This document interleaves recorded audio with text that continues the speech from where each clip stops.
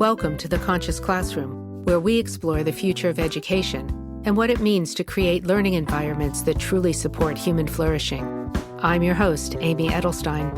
In each episode, we'll look at how mindful awareness and systems thinking deepen learning and well-being, why inner strength and self-regulation are essential skills for young people navigating our fast-changing world, and how do we thoughtfully integrate synthetic intelligence without devaluing the heart of our humanity.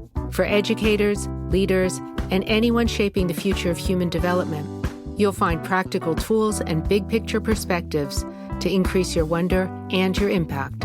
Let's get started. Hello. Welcome to the Conscious Classroom. My name is Amy Edelstein. This is a special essay. It's called A Night Under the Bodhi Tree. And I wanted to share with you some of my early influences that are the foundation for what has become a large secular-based curriculum. So for those of you working in secular environments, please don't be put off by some of the quotes and the exploration. Take it as insight on the path to greater consciousness, insight on the path to real personal autonomy and greater compassion for our entire environment. This is a quote from the Anguttara Nikaya, the Mahanama Sutta, translated by Venerable Thanissaro Bhikkhu. Thanissaro Bhikkhu is an American who became a monk in the Thai forest tradition many years ago. The Dhamma is well expounded by the Blessed One, to be seen here and now, timeless, inviting verification, pertinent, to be realized by the wise for themselves. A good question to start with, especially if you've been struggling with a meditation practice, is how are you approaching your meditation? Usually when we think about our meditation practice, we think about the experience during, easy or hard, smooth or rough, challenging or blissful. Or we think about the after effects, how we felt, how long it lasted. Or we think about the long-term impact on how freely we feel as we move around our lives. Is meditation helping me be calm? Is it cultivating my patience? Am I less absorbed by the negative around me? Am I less reactive to the people I love? Take a moment and really ponder this question. How do you approach your meditation? What's the attitude? What's the background? What's the posture that we might not be quite admitting to ourselves? Are we rushed and squeezing it in? Are we insistent on a particular experience that we have to have? Are we clenched and determined to make it through without distractions, feeling like we're doing something that we really don't like doing but we know is good for us? Do we have our hands up, crossed against our chest in a proverbial posture, shielding ourselves against our minds? Are we comparing ourselves to how we were in our best meditation session, our best meditation retreat? Are we comparing ourselves to someone sitting next to us or someone we admire? Are we wishing we were having a different experience, that experience that we think is the best kind? And these are all pretty common thoughts that run through a meditator's mind. And it's good to see them, but it's more important to simply give them no attention. They just don't really matter. They're not that important. There is a quality that we should have on the path according to the Pali Canon, the early teachings of the Buddha that were compiled shortly after his death. And that quality is called ehipasiko. This quality of come and see for yourself. It's an invitation to anyone. It's accessible to everyone. But in fact, this quality is truly hard to practice. To really practice this come and see, ehipasiko, it means that we're not grasping after anything. We aren't approaching our experience already knowing what everything means and whether it's good or bad. We aren't judging and insisting. We aren't anticipating or rejecting our experience. Ehipasiko is such a profound posture, concept, quality on the path. And ever since I first heard it 40 years ago, I've never forgotten it. And that lovely word comes to mind, evoking a quality of softness and acceptance with a little bit of a command in it, a little bit of a demand to be awake and alert and attentive. When I did my first Vipassana Insight Retreat in Bodh Gaya in January of 1985 at the Thai Temple, I arrived by train, bus, and bicycle rickshaw.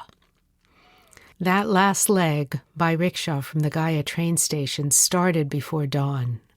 It started in the still of the night. The January air was chilled, and the wind tore right through my cyclist's cotton shawl and turquoise-checked dhoti. The pedals squeaked each turn, and a gentle waving shroud of mist rippled over the dry riverbed to my left. A desert now, but during the Buddha's time it was once a thick tropical forest. The talkative Indian man in my train car on the day-long journey from Delhi, as the 975 kilometers clicked off one by one, click-clack, click-clack, click-clack, click-clack. Each turn of the locomotive's wheels putting distance and space and time between its passengers, the modern city, racing towards a place that in many ways has changed little from 2,500 years ago. This Indian man had warned me of this deserted stretch of road. "Beware the dacoits," he admonished. "The bandits come out of nowhere and they'll steal every last thing from you. And they even have knives." I hadn't thought much about it at the time. I hadn't learned yet, even after being in India for a couple of years, that when friendly train passengers cautioned me, they had my best interests in mind. They were also fulfilling their paternal duty, telling me what they would for their own long-braided daughters. At that moment, I was too preoccupied, wondering how I do in my 20 days of silence, rising before dawn and returning late at night, sitting and walking as Siddhartha Gautama had done thousands of years before me. I spent many of those hours in the train checking my intention and motivation. I was egging myself on to be more sincere, to seek nothing less than full enlightenment, and to be determined not to move, not to flinch, not to be distracted. Periodically, I'd let my right hand's fingertips drop to the padded train seat. As the earth is my witness, I'd think.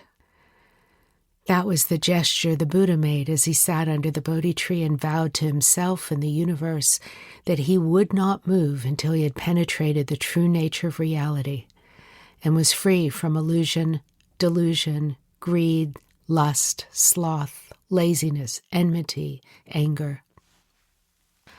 As each shrill round of the rickshaw pedals cried out warnings like ravens in the dark, I shivered at shadows, looking around each denuded tree for dacoits. When my rickshawwala stopped to smoke a bidi and rest, I chanted mantras in my head to distract my mind, calm my nerves, and even appeal to the protection of the devas, even though the tradition I was about to practice in raised an eyebrow at too much faith and superstition and too little scientific observation. Ehipasiko, I thought to myself, come and see. Like a child looking at his mother's outstretched hand to carefully choose the ripest of fruits she held out to him, ehipasiko is an attitude of curiosity, wonder, openness, and welcoming. That's what meditation is. Not a pressure to tie oneself up like a pretzel into shapes the knees, ankles, and all the rest of the limbs are reluctant to twist into. Not a test of wills of the mind. Not a bashing of the ego to get it to comply like a docile and dull sheep. The fruits of meditation are as open as an upturned palm. Nothing hidden, nothing secreted away. The meditator, dropping expectation, belief, indoctrination, and limitations, approaches the open hand of our experience, curious, free from veils of fear or delusion. By the time we arrive safe and sound into the dusty center of Bodh Gaya, just stretching into morning activity with the wood smoke from the 3 chai shops in the central square beginning to curl above the mud-walled cooking stoves. Sleepy-headed youngsters were splashing their faces at the village water tap and haphazardly rinsing glasses for morning chai. I thanked and paid my driver, ordered ginger chai and butter toast, and eventually made my way by foot back out of town to the Burmese vihara, where I would wait a day or two until the ornate gold-painted doors of the Thai temple opened, and registration would begin by the barrack-like kutis where I'd stay for the duration of the retreat. Open-handed, without expectation or judgment, curious and awake, alert and relaxed, unmoving and without tension, the posture of meditation. On retreat, one session led into the other. Breathing, walking, eating. My cushion became my refuge. The marigolds were so fragrant their scent colored me orange when I slow walked down the path. Lifting, moving, placing, alert, attentive, aware, open-handed.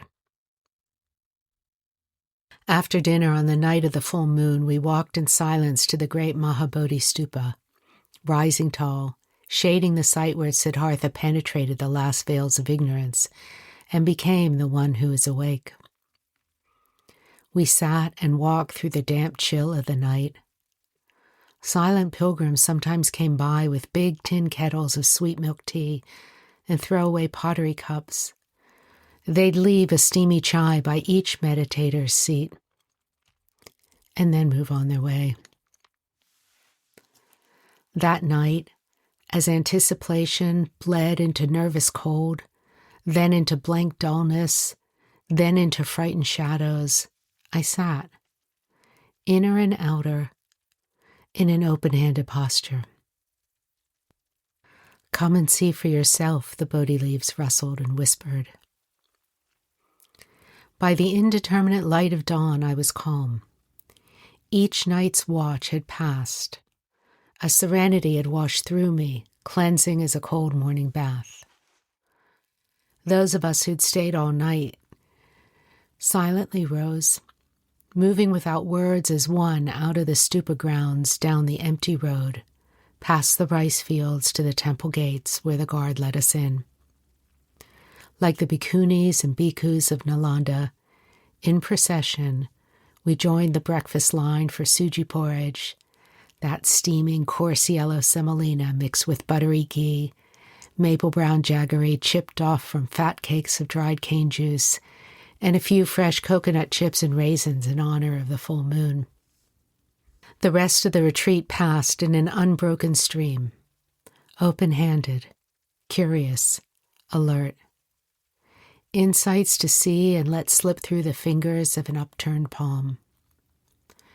No striving, no compensating, no insistence, no distraction. seamless with this fourth quality of the Dhamma. Come and see. Ehipassiko.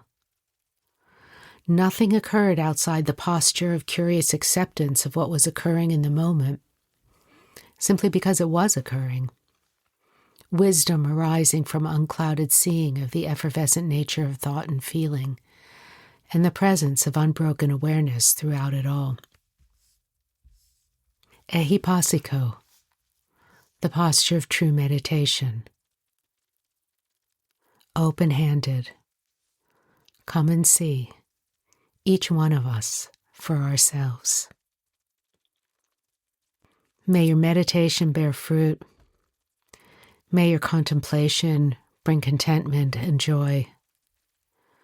May your heart open with a care for those around us and the world we share. And may the fruits of our practice be dedicated to the benefit of all beings and to balance and harmony throughout the cosmos. Thanks so much.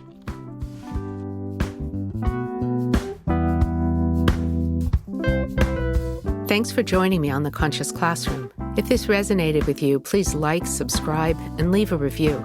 It really helps other people like you find the show. And thank you so much for caring about the inner lives of young people and the future of education. I'm your host, Amy Edelstein, and I look forward to seeing you next time.